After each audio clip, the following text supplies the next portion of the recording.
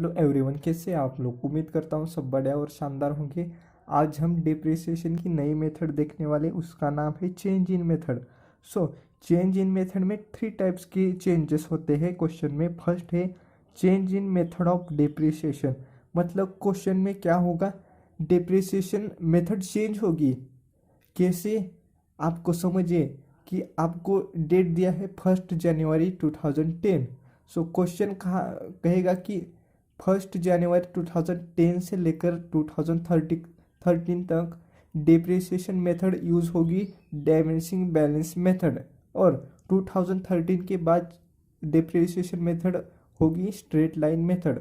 सो यही है, यही एग्जाम्पल, और यही है change in method of depreciation.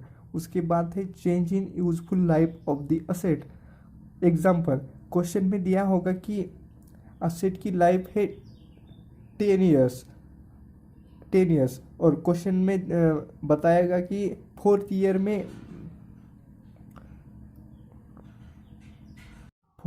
में आपको कहेगा कि असेट की वैल्यू 8 ईयर हो गई है। सो यही होगा, और इसी के मदद से आपको डिप्रिसिएशन निकालना पड़ेगा।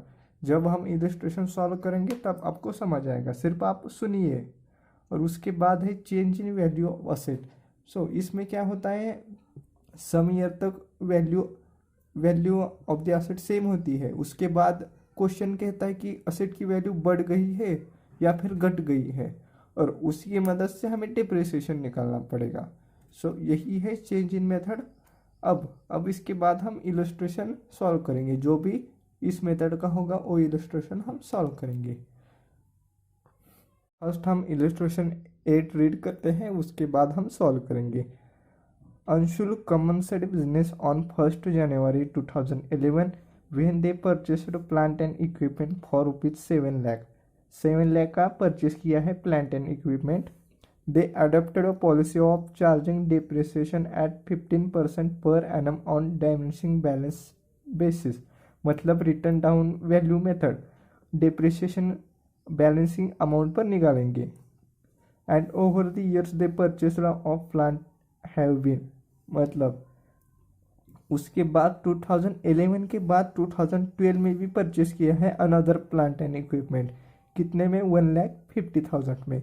और डायरेक्ट 1 जनवरी 2015 को परचेस किया है प्लांट एंड इक्विपमेंट, कितने में, 2 लाख में। उसके बाद ऑन यहाँ दिया है 1 जनवरी 2015 it was decided to change the method and rate of depreciation to straight line basis. So इसको, ये क्वेश्चन किसका है, change in method of depreciation. So यहाँ क्या है, फर्स्ट था रिटर्न डाउन वैल्यू मेथड, और 1 जनवरी 2015 से मेथड चेंज हो गया और होके स्ट्रेट लाइन बेसिस हो गया। सो 1 जनवरी 2011 टू 2014 तक हमें कौन सी मेथड यूज़ करना है, डायमेंशिंग बैलेंस बेसिस, उसे ही हम कहते हैं रिटर्न डाउन वैल्यू मेथड। और 1 जनवरी 2015 के बाद हमें कौन सी मेथड यूज़ करना है, straight line method. So on this date remaining useful life was assessed as 6 years for all the assets purchased before 1 जनवरी 2015, मतलब 1 जनवरी 2015 के पिछले जो भी असेट हमने परचेस किया है उसकी यूजफुल लाइफ है 6 ईयर। फिर से 1 जनवरी 2015 के पिछले में जो भी असेट हमने परचेस किया है उसकी यूजफुल लाइफ है 6 year, and 10 years for the asset purchase on 1 जनवरी 2015, मतलब 1 जनवरी 2015 को जो भी असेट परचेस किया है उसकी यूजफुल लाइफ है 10 years, और इस no scrap value, scrap value कोई भी नहीं है। सो आगे दिया है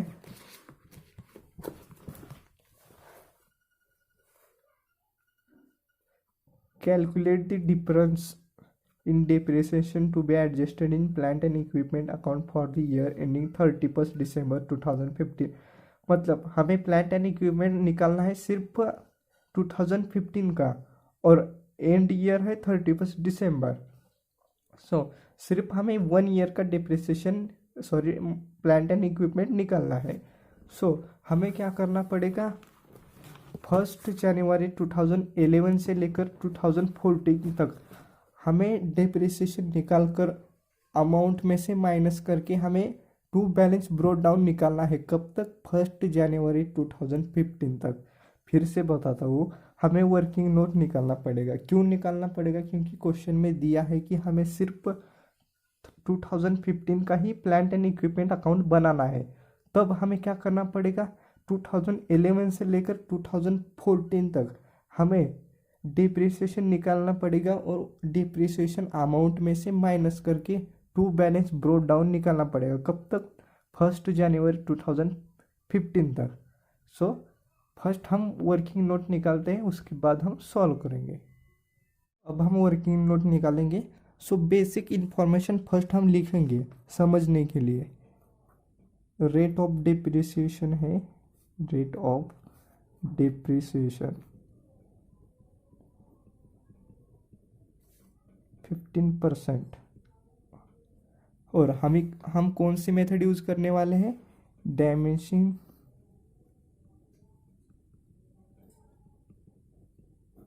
बैलेंस मेथड। कब तक यूज करने वाले हैं, यूनिटली 2014, क्योंकि 2015 को मेथड चेंज हो गई है और चेंज होकर स्ट्रेट लाइन मेथड हो गई है। इसलिए हमें क्या करना है, यूनिटली 2014 हमें डायमेंशिंग बैलेंस मेथड यूज करना है। सो फर्स्ट हम लिखेंगे यहाँ कॉस्ट एज ऑन, हम नाम देते हैं प्लांट एंड इक्विपमेंट को मशीनरी 1 और मशीनरी 2, क्योंकि मशीनरी 1 कौन सी है, 1 जनवरी 2011 को फर्स्ट मशीनरी परचेस किए हैं और सेकंड 2012 को किए हैं। So machinery 1 machinery 2, cost as on 1 जनवरी 2011 कितनी है, 7 लाख। सो अब हमें क्या करना है, इस पर डिप्रिसिएशन निकालना है। डिप्रिसिएशन 15%। सो इस क्वेश्चन का एंड है 31 दिसंबर।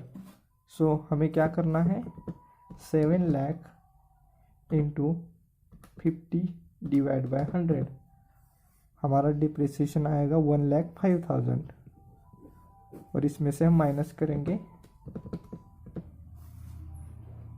5,95,000 हमारी रिटर्न डाउन वैल्यू आएगी। सो नीचे में लिखेंगे written down value as on 1 January 2012।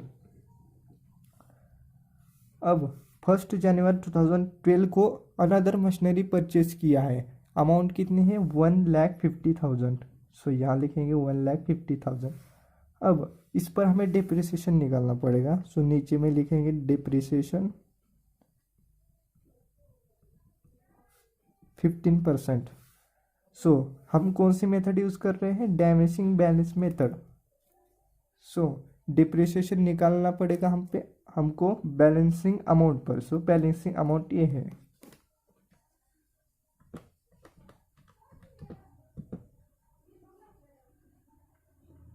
सो इसका डिप्रिसिएशन आएगा 89,250।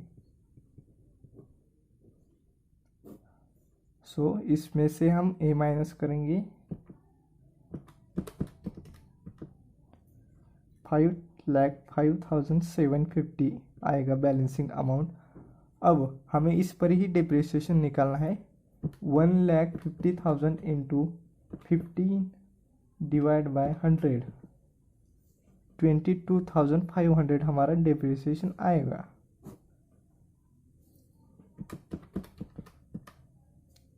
$1,27,500।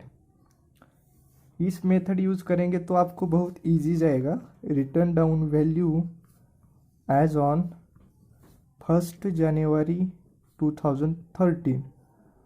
अब हमें 13 का भी डिप्रिसिएशन निकालना पड़ेगा। सो नीचे में लिखेंगे डिप्रिसिएशन 15%। हम मेथड यूज़ कर रहे हैं डाइमेंशिंग बैलेंस मेथड। डिप्रिसिएशन कैलकुलेट होगा बैलेंसिंग अमाउंट पर।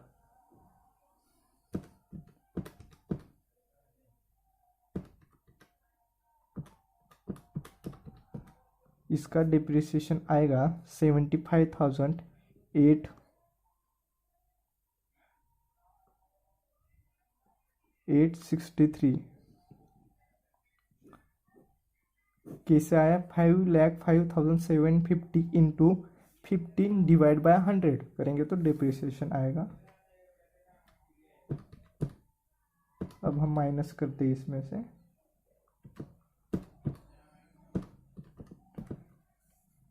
429,887। अब हमें इस पर भी डिप्रिसिएशन निकालना पड़ेगा। 1,27,500 इंटू 15 डिवाइड बाय 100, सो ये आएगा 19,125। 108,375। अब ये रिटर्न डाउन वैल्यू आ गई। Written down value as on 1 January 2014। So हमें कब तक चाहिए? 1 जनवरी 2015 तक। सो और एक बार हमें डिप्रिसिएशन निकालना पड़ेगा, और एक ईयर का डिप्रिसिएशन 15%। 429,887 इंटू 15 डिवाइड बाय 100, सो ए आएगा 64,483।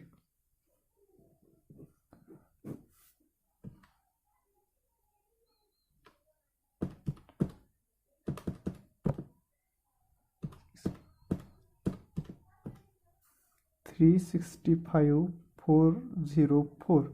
अब हमें इस पर भी डिप्रिसिएशन निकालना पड़ेगा। 162562।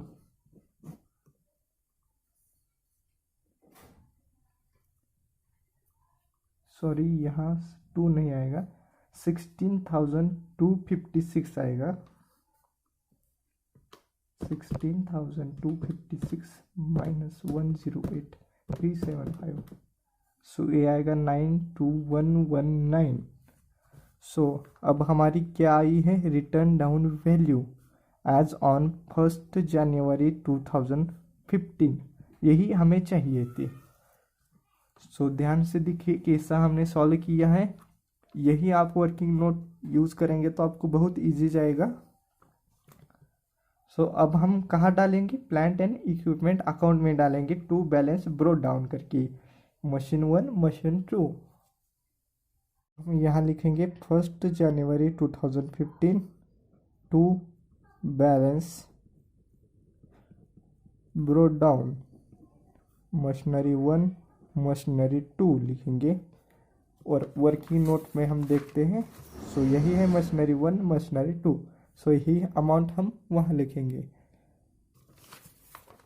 मशीनरी 1 है 365,404 और मशीनरी सेकेंड है 92,119।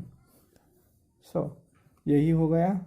अब 1 जनवरी 2015 को अनदर मशीनरी परचेज किया है और उसकी अमाउंट है 2 लाख। तो एंट्री क्या होगी?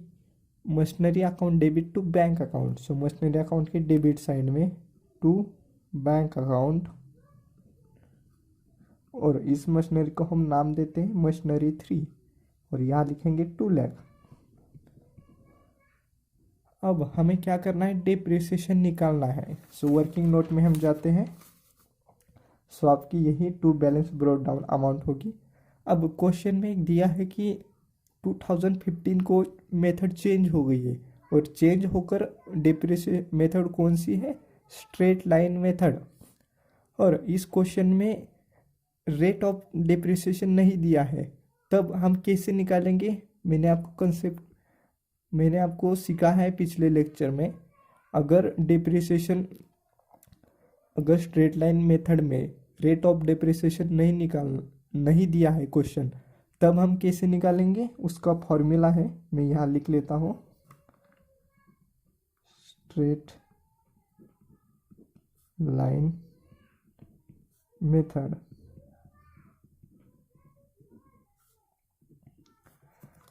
फर्स्ट आएगी कॉस्ट प्लस इंस्टॉलेशंस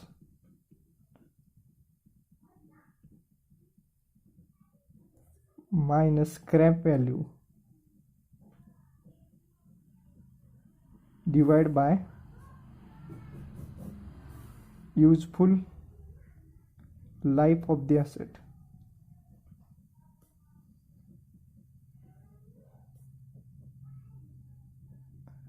ये फॉर्मूला है अगर रेट ऑफ डिप्रिसिएशन नहीं दिया है। हमें फर्स्ट क्या करना है, क्वेश्चन में बताया है कि 1 जनवरी 2015 के बाद नंबर ऑफ ईयर्स है 10 ईयर्स। मैं लिख लेता हूँ यहाँ 6 ईयर्स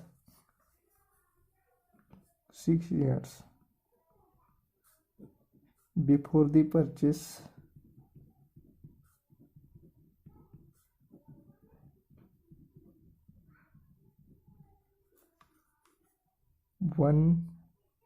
January 2015।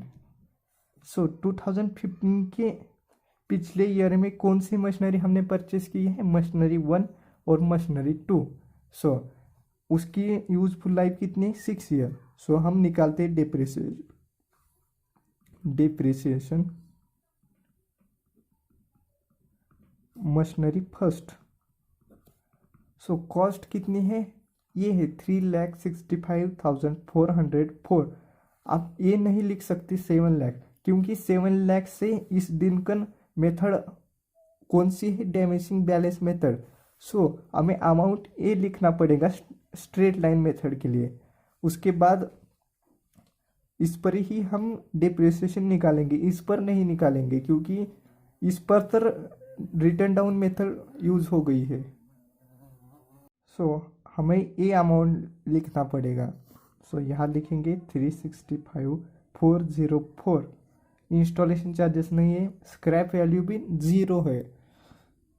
डिवाइड करेंगे, useful life of the asset कितने हैं, 6 ईयर बिफोर द परचेस 1 जनवरी 2015 के लिए। 6 लिखेंगे और हमारा डिप्रिसिएशन आएगा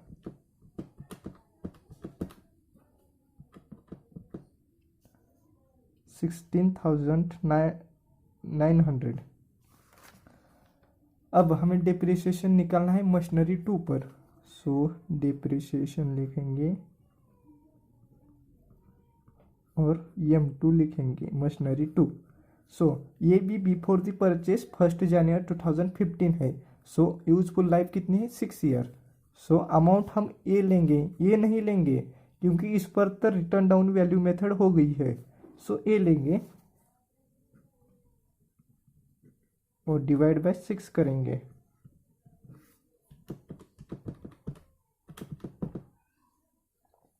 $15,353। मशीनरी 1 मशीनरी 2 पर डिप्रिसिएशन हो गया। अब हमें डिप्रिसिएशन निकालना है 1 जनवरी 2015 को परचेस की गई मशीन पर, और उसकी अमाउंट है 2 लाख। हम यहाँ लिखेंगे 10 years after the purchase. Question में दिया है ये, आफ्टर द परचेस 1 जनवरी 2015, मतलब इसके ईयर में कौन सी परचेस की गई मशीन पर हम यूजफुल लाइफ है 10 ईयर्स। यहाँ लिखेंगे M3 और कॉस्ट ऑफ द मशीन है 2 लाख। इंस्टॉलेशन चार्जेस नहीं है, स्क्रैप वैल्यू भी 0 है। तब हम डिवाइड करेंगे 10 से, तो हमारा डिप्रिसिएशन आएगा 20,000। हमने तीनों भी मशीन पर डिप्रिसिएशन निकाला है। अब हम जाते हैं अपने मशीनरी अकाउंट में। यहाँ लिखेंगे 31 दिसंबर 2015 और लिखेंगे बाय डिप्रिसिएशन अकाउंट।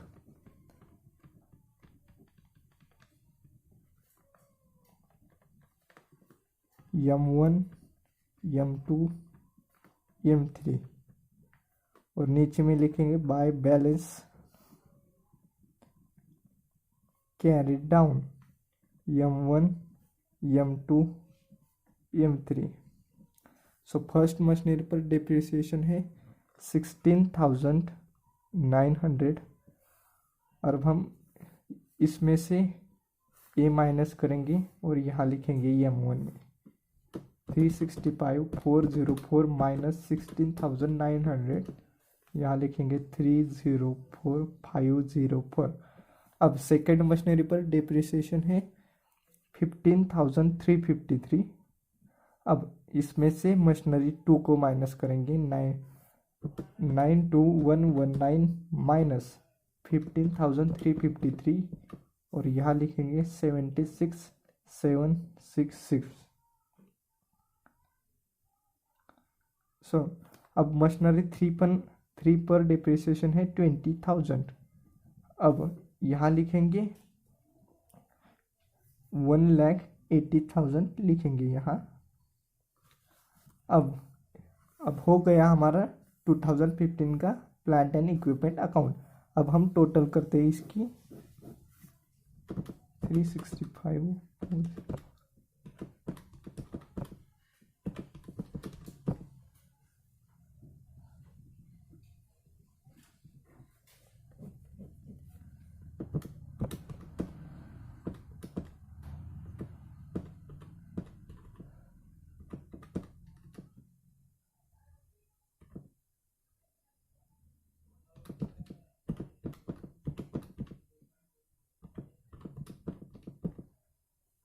सो हमारी टोटल इक्वल है, तो हमारा आंसर भी करेक्ट है। यही है प्लांट एंड इक्विपमेंट अकाउंट। बहुत इजी है, सिर्फ आप प्रैक्टिस कीजिए 2-3 बार। आप रफ बुक भी ले सकते हैं, रफ बुक में आपको बहुत पेजेस मिलेंगे, उसमें आप प्रैक्टिस कर सकते हैं। आप लिख सकते हैं स्टॉप करके, वर्किंग नोट भी लिख सकते हैं। हमने कैसे बनाई वर्किंग नोट, स्टॉप करके आप लिखिए सब।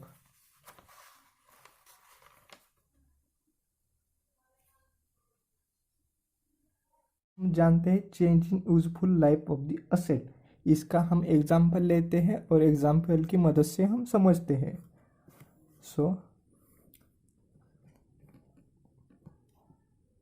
समझिए कि आपने 1 जनवरी 2010 को मशीनरी परचेस किया, अमाउंट है 1 लाख। समझिए परचेस किया 1 लाख, और इसका सेकंड ईयर कब होगा?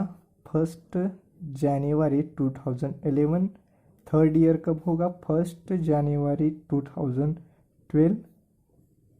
फोर्थ ईयर होगा 1 जनवरी 2013। हम इस तक ही लेते हैं और परचेस किया 1 लाख में, और इसकी यूजफुल लाइफ है 10 ईयर्स। समझिए यूजफुल लाइफ है 10 ईयर्स, और हमें डिप्रिसिएशन की मेथड यूज करना है straight line method.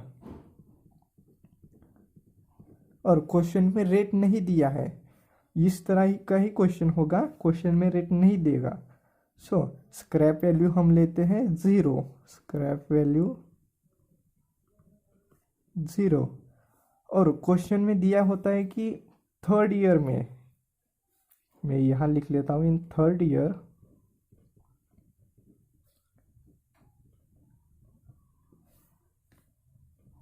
Life of the asset will be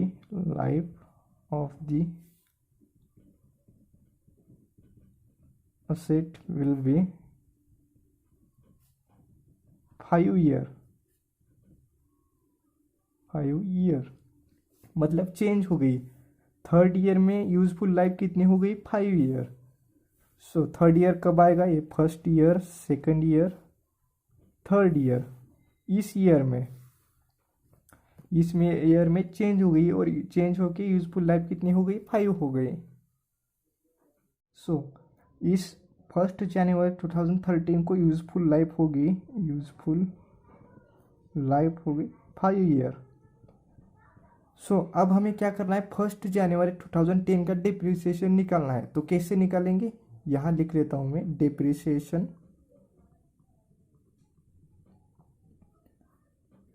2010 का। हम कौन सी मेथड यूज़ कर रहे हैं? स्ट्रेट लाइन मेथड, मतलब डिप्रिसिएशन पर ईयर चार्ज होगा इस अमाउंट पर, 1 लाख पर होगा, बैलेंसिंग अमाउंट पर नहीं होगा। सो हम लिखेंगे यहाँ कॉस्ट है 1 lakh, installation plus installation charges minus scrap value. Scrap value 0 है, इंस्टॉलेशन चार्जेस नहीं है, और डिवाइड बाय किससे करेंगे? Useful life. सो हमारा डिप्रिसिएशन आएगा 10,000।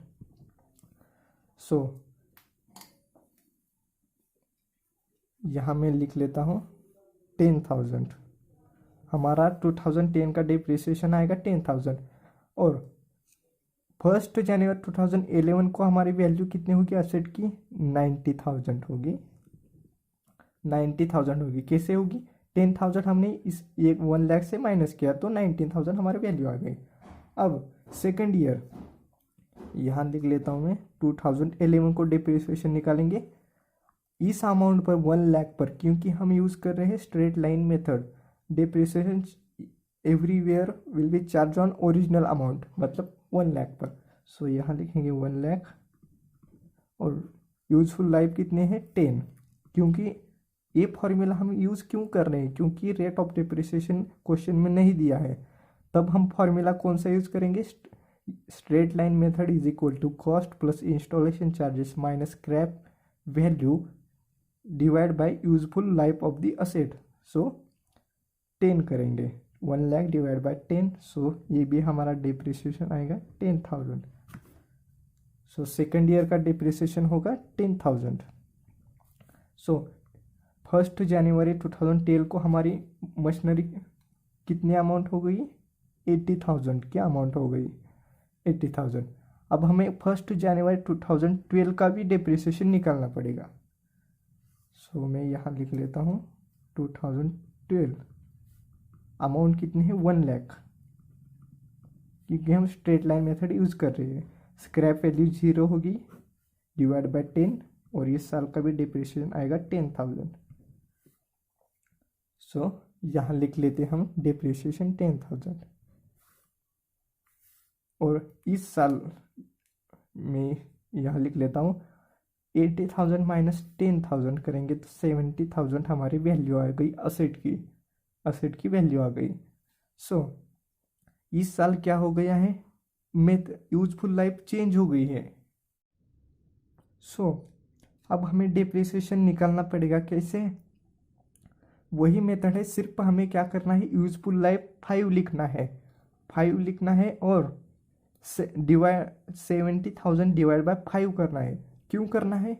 हम 1 लाख नहीं ले सकते, क्योंकि 1 लाख से यूजफुल लाइफ कितनी है? 10। हमने 10 यूज़ किया है यहाँ तक, पर यहाँ यूजफुल लाइफ चेंज होकर 5 हो गई है। सो ओरिजिनल अमाउंट ए हो गई, 70,000 ओरिजिनल अमाउंट हो गई। सो यहाँ लिख लेता हूँ मैं 2013 का डिप्रिसिएशन आएगा हमारा 70,000 डिवाइड बाय 5। सो आएगा 14,000, और इस ईयर का हमारा डिप्रिसिएशन आएगा 14,000। यही है, यही सिर्फ यही फॉर्मेट है, और यही यूज़ करके आपको क्वेश्चन भी सॉल्व करना है। आप देख सकते हैं कैसा हो गया।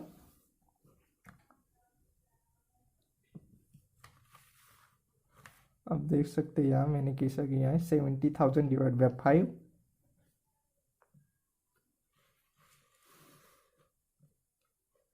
यही फॉर्मेट आपको यूज़ करना है, change in useful life of the asset.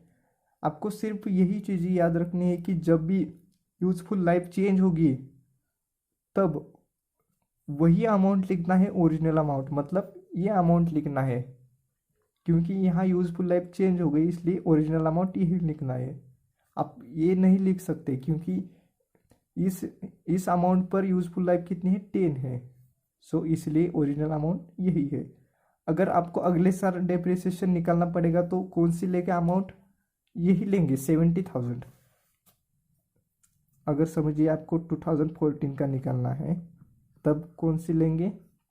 70,000 divide by 5, ये भी 14,000 आएगा। क्योंकि हम स्ट्रेट लाइन मेथड यूज़ कर रहे हैं इसलिए अगले साल ये आएगा 31 दिसंबर 2014, डिप्रिसिएशन 14,000, यही है। और अमाउंट असेट की वैल्यू यहाँ आएगी 70,000 डिवाइड बाई 14,000, 56,000 इस ईयर में आएगी 2013 को, और 2014 को आएगी 42,000। देख सकते हैं आपने कैसे किया है हमने। यही फॉर्मेट आपको यूज करना है, ध्यान से समझिए। जब आप प्रैक्टिस करेंगे तो आपको बहुत इजी लगेगा और इम्पोर्टेंट है ये कंसेप्ट, क्योंकि एग्जाम में आ सकता है 5 मार्क्स के लिए।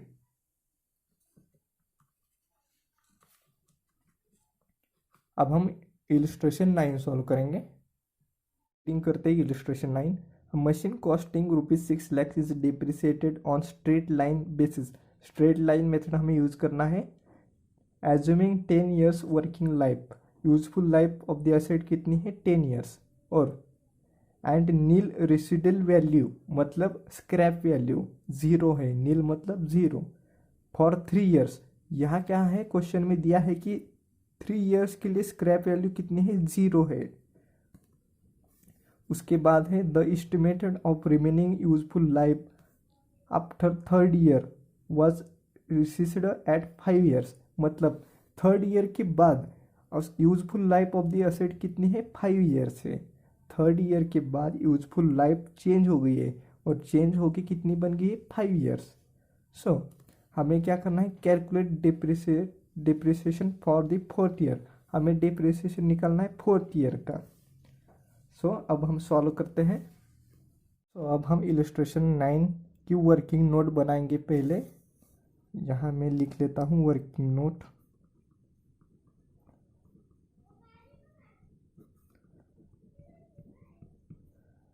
So cost of the machine है 6 लाख, और हमें यूज़ करना है straight line method. 10 years useful life है और स्क्रैप वैल्यू 0 है। सो मैं ये कर लेता हूँ। आपका फर्स्ट ईयर होगा ए, पुनः 2nd year, 3rd year, यहाँ तक हमें निकालना है डिप्रिसिएशन। सो यहाँ वैल्यू है 6 लाख। 6 लाख ये फर्स्ट ईयर हो गया, 2nd year, 3rd year, 3 year हो गया। सो यहाँ है 6 लाख, फर्स्ट ईयर की कॉस्ट है 6 लाख। सो डिप्रिसिएशन निकालेंगे हम, यहाँ लिखेंगे डिप्रिसिएशन फर्स्ट ईयर के लिए 6 लाख। इस क्वेश्चन में रेट ऑफ डिप्रिसिएशन नहीं दिया है, तब हम फॉर्मूला कौन सा यूज करेंगे, straight line method is equal to cost plus installation charges minus scrap value divide by useful life of the asset. So 6 lakh, installation charges इस क्वेश्चन में नहीं है, स्क्रैप वैल्यू भी 0 है। सो हम डिवाइड करेंगे 10 से। सो हमारा डिप्रिसिएशन आएगा 60,000। फर्स्ट ईयर का डिप्रिसिएशन आया हमारा 60,000। सो 6 लाख में से हम 60,000 माइनस करेंगे और बैलेंसिंग अमाउंट यहाँ लिखेंगे। सो ये आएगा 5,40,000। उसके बाद 2nd year का डिप्रिसिएशन। 2nd year का डिप्रिसिएशन हम स्ट्रेट लाइन मेथड यूज कर रहे हैं, सो ओरिजिनल अमाउंट पर हम डिप्रिसिएशन निकालेंगे हर साल। सो 6 लाख लिखेंगे डिवाइड बाय 10 से 10 करेंगे। सो ये आएगा 60,000। हमारा 2nd year का डिप्रिसिएशन आया 60,000। अब बैलेंसिंग अमाउंट हम यहाँ लिखेंगे।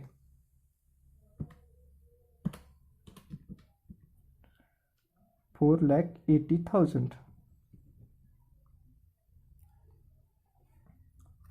सो अब हमारा 2 ईयर का डिप्रिसिएशन निकाला है, अब हम 3rd year का निकालते हैं।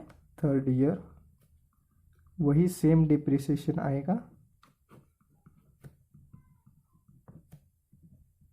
60,000 आएगा इधर, और यहाँ आएगा डिप्रिसिएशन 60,000, और बैलेंसिंग अमाउंट कितनी आएगी यहाँ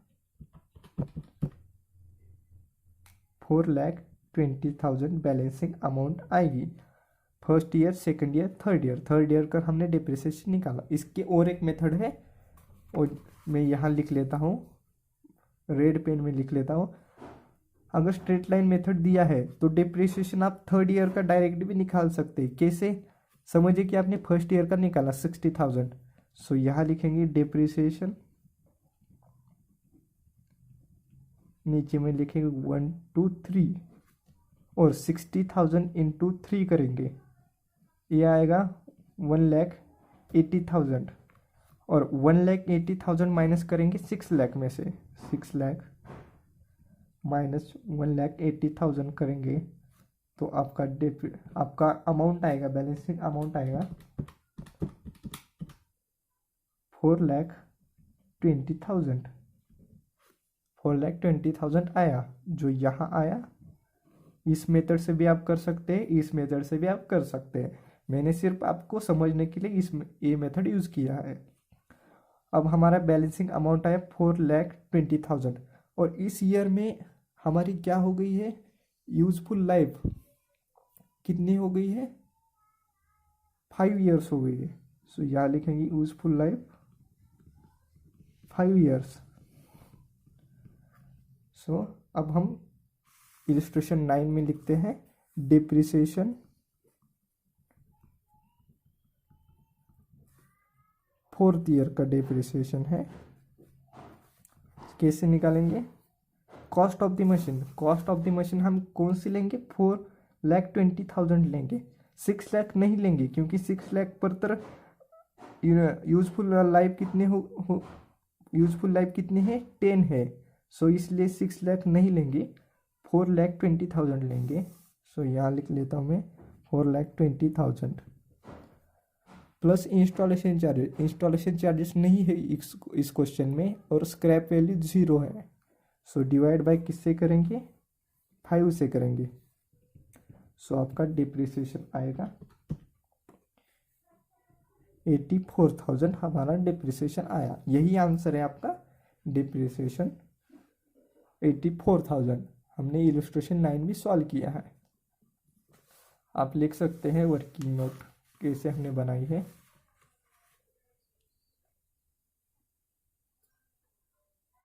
अब हम सीखने वाले हैं change in value of asset ऑब्लिक रिवैल्यूएशन ऑफ असेट। सो ये कंसेप्ट हम एग्जाम्पल की मदद से सीखेंगे। समझिए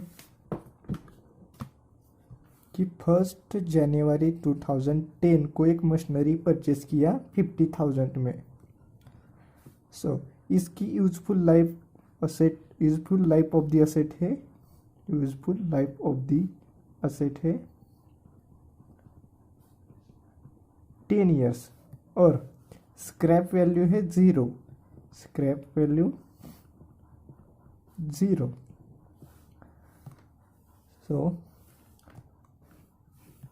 सो मैं यहाँ लिख लेता हूँ 1 जनवरी 2011, 1 जनवरी 2012, 1 जनवरी 2013। समझिए कि सेकंड ईयर में, मैं यहाँ लिख लेता हूँ, in second year asset will be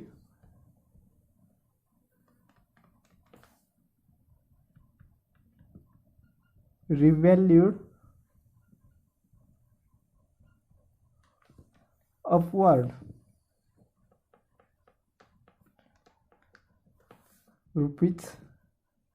₹10,000।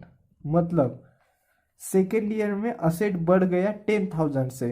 अगर यहाँ डाउनवर्ड लिखा होता तो घट जाता, यहाँ क्या लिखा है, अपवर्ड, मतलब 10,000 से बढ़ गया इन सेकेंड ईयर। और यूजफुल लाइफ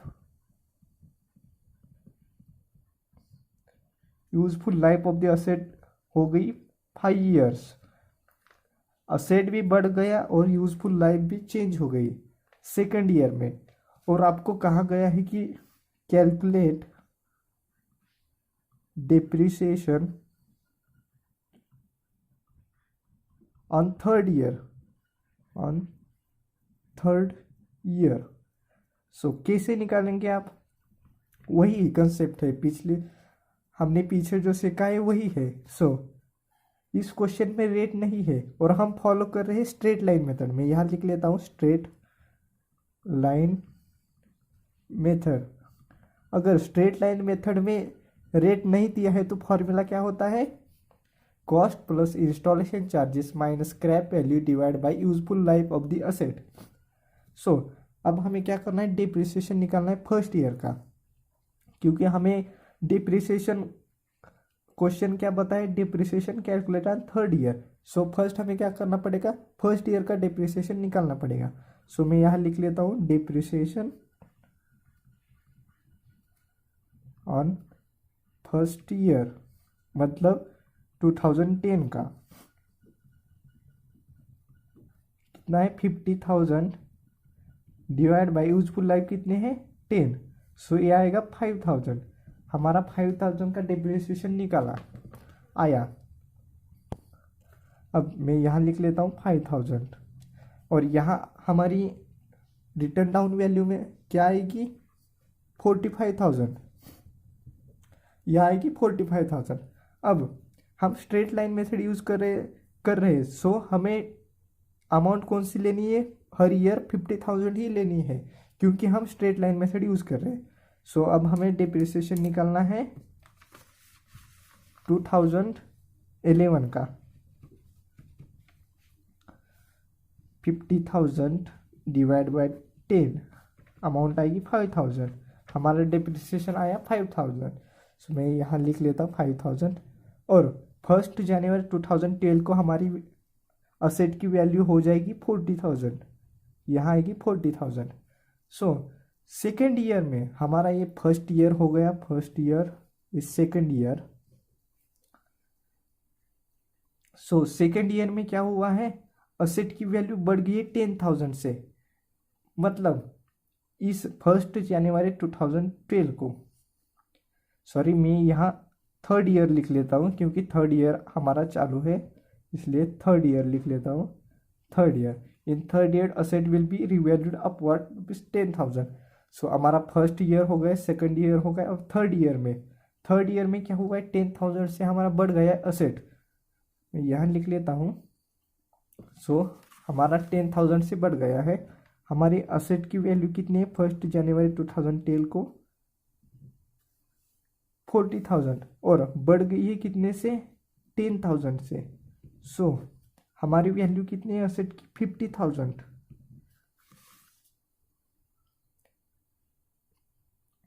सो हमारी यहाँ वैल्यू कितनी बन गई है? 50,000। 50,000 बन गई वैल्यू, क्योंकि हमने 10,000 ऐड किया, 50,000 बन गई। सो अब हमें क्या करना है? डिप्रिसिएशन निकालना है। सो हमारी ये अमाउंट बन गई। स्ट्रेट लाइन मेथड से हम यूज़ करेंगे तो हमें ओरिजिनल अमाउंट लिखना पड़ेगा। सो हमारी ओरिजिनल अमाउंट 50,000 है, क्योंकि ये नहीं लिख रहे हमने यहाँ से 10,000 ऐड किया और नई बन गई है हमारी वैल्यू, और वो है 50,000, इसलिए 50,000 यहाँ लिखा। अब डिप्रिसिएशन निकालना है थर्ड ईयर का। Depreciation is equal to amount कितनी? 50,000 डिवाइड बाय 5 ईयर, क्योंकि हमारी यूजफुल लाइफ चेंज होकर 5 बन गई है। सो यहाँ 5 आएगा। सो हमारा डिप्रिसिएशन आया 10,000 इन थर्ड ईयर, मतलब 2013 का। First year second year, sorry 2012 का आया, 12। हमारा डिप्रिसिएशन आएगा 2012 का 10,000, क्योंकि 2012 का आया 10,000 हमारा डिप्रिसिएशन आएगा। आप देख सकते हैं हमने कैसे किया। हमने फर्स्ट क्या किया? हमने वैल्यू ली और डिवाइड बाय यूजफुल लाइफ से किया और हमारा डिप्रिसिएशन आया, और उसमें से हमने घटाया तो हमारे अमाउंट आई 45,000। और सेकेंड ईयर में क्या हुआ? वही डिप्रिसिएशन आया और हमने माइनस की यहाँ लिखा 40,000। अब थर्ड ईयर चालू है और क्वेश्चन बताया कि थर्ड ईयर में असेट की वैल्यू बढ़कर हो गई है 10,000, मतलब 10,000 से बड़ी है और यूजफुल लाइफ कितनी है, चेंज होकर 5 ईयर हो गई है। सो हमने यहाँ 10,000 ऐड किया और हमारी वैल्यू बन गई 50,000। अब हमें डिप्रिसिएशन निकालना है, रेट नहीं दिया है तो हम स्ट्रेट लाइन मेथड का सेकेंड फॉर्मूले से डिप्रिसिएशन निकालेंगे और फॉर्मूला है cost plus installation charges minus scrap value divide by useful life of the asset. So हमने यही किया, स्क्रैप वैल्यू 0 है, सो हमने 50,000 अमाउंट लिया और डिवाइड बाय 5 किया। 50,000 कैसे आया, बैलेंसिंग अमाउंट हुई थी 40,000, उसमें से हमने 10,000 ऐड किया और हमारी 50,000 वैल्यू बन गई। सो सिर्फ आपको यही मेथड यूज़ करना है और यही मेथड से हम इलस्ट्रेशन 10 सॉल्व करेंगे। अब हम इलस्ट्रेशन 10 रीड करते हैं। अ machine of cost ₹12 lakh is depreciated straight line assuming 10 years working life and 0 residual value for 3 years। मतलब कॉस्ट है मशीन की 12 लाख और उस मेथड हमें कौन सी यूज़ करनी है, स्ट्रेट लाइन मेथड यूज़ करनी है और useful life of the asset है 10 years और स्क्रैप वैल्यू है 0 at the end of third year. मतलब थर्ड ईयर के एंड में the machine was revalued upwards by 60,000। The remaining useful life was reassessed at 9 years।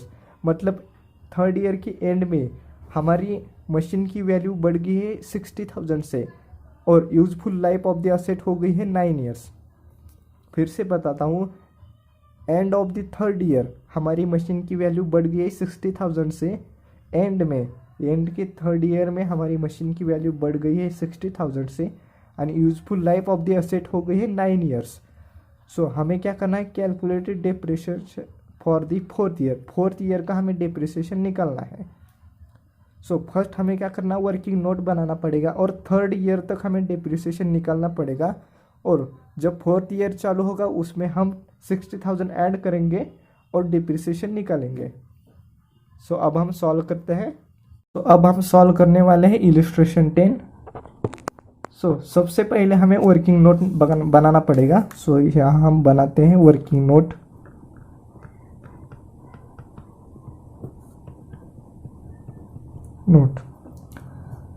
So first हमें third year तक depreciation निकालना पड़ेगा। ये हमारा first year, second year, third year. यहाँ लिख लेता हूँ first year, second year, third year. So first year के में कॉस्ट कितनी है मशीन की, 12 लाख। सो यहाँ लिख लेता हूँ 12 लाख और यूजफुल लाइफ कितनी है, लाइफ है 10 year और स्क्रैप वैल्यू है 0। सो डिप्रिसिएशन का फॉर्मूला क्या होगा, हमें स्ट्रेट लाइन मेथड यूज़ कर रहे हैं। सो डिप्रिसिएशन का फॉर्मूला होगा cost plus installation charges minus scrap value divide by useful life of the asset. So cost, installation charges नहीं है इस क्वेश्चन में, स्क्रैप वैल्यू 0 है। सो और डिवाइड बाय ईयर। सो ये आएगा 1,20,000 हमारा डिप्रिसिएशन आया फर्स्ट ईयर का। मैं यहाँ लिख लेता हूँ 1,20,000 depreciation on first year. So second year में मशीन की वैल्यू कितनी होगी, वो 12 लाख में से हम 1,20,000 माइनस करेंगे।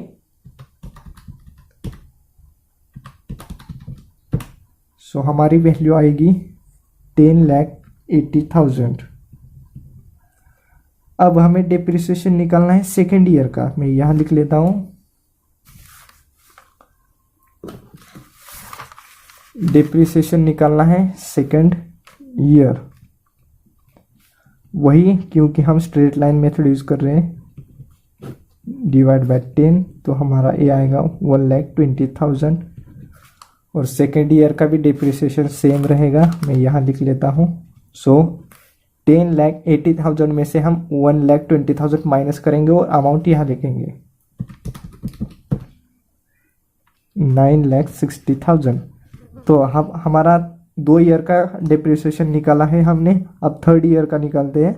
थर्ड ईयर वही आएगा डिप्रिसिएशन, क्योंकि हम स्ट्रेट लाइन मेथड यूज़ कर रहे हैं। क्योंकि क्वेश्चन में बताया गया है straight use the straight line method. ये आएगा 1,20,000। सो हमारा डिप्रिसिएशन आया 1,20,000 और हम यहाँ अमाउंट लिखेंगे।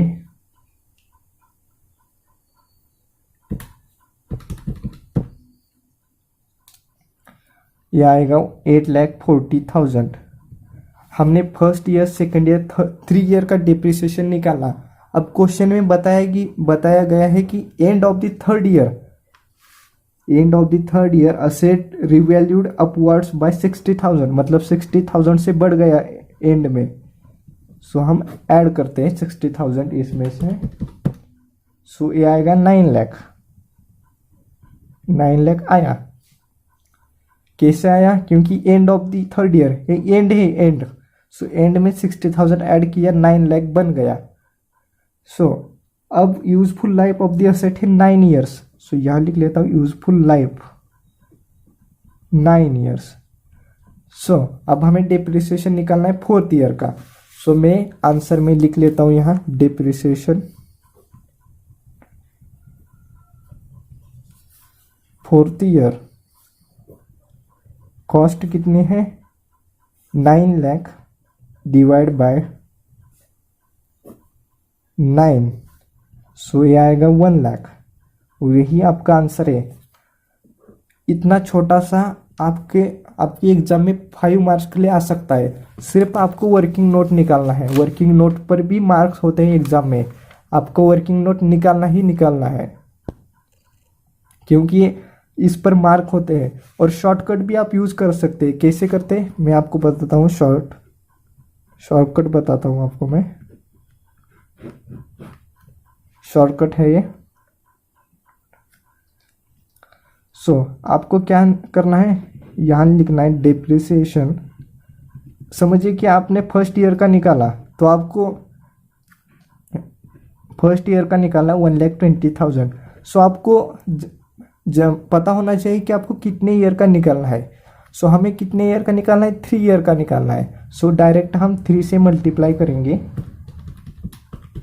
सो ये आएगा 3,60,000। हमारा डिप्रिसिएशन आया टोटल 3 ईयर्स का। अब हम अमाउंट में से माइनस करेंगे। अमाउंट कितना है? Cost of the asset 12 lakh. उसमें से 3,60,000 माइनस करेंगे,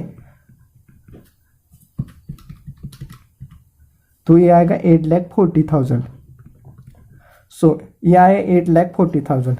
अब 8,40,000 क्वेश्चन में बताया कि end of the third year asset will be upward 60,000। सो इसमें से हम 60,000 ऐड करेंगे। 8,40,000 प्लस 60,000। सो ये आएगा 9 लाख। 9 लाख आया। अब डिप्रिसिएशन निकालेंगे इस पर। 9 लाख डिवाइड बाय 9, क्योंकि useful life of the asset change होकर 9 ईयर बन गई। सो हमारा आंसर आएगा 1 लाख। यही आपका आंसर होगा। शॉर्टकट से भी आप कर सकते हैं, इस मेथड से भी कर सकते हैं। So thank you so much guys. अगर आपको लेक्चर पसंद आए तो लाइक, शेयर और सब्सक्राइब जरूर कीजिए। मिलते हैं अगले लेक्चर में। आप लिख सकते हैं सब स्टॉप करके।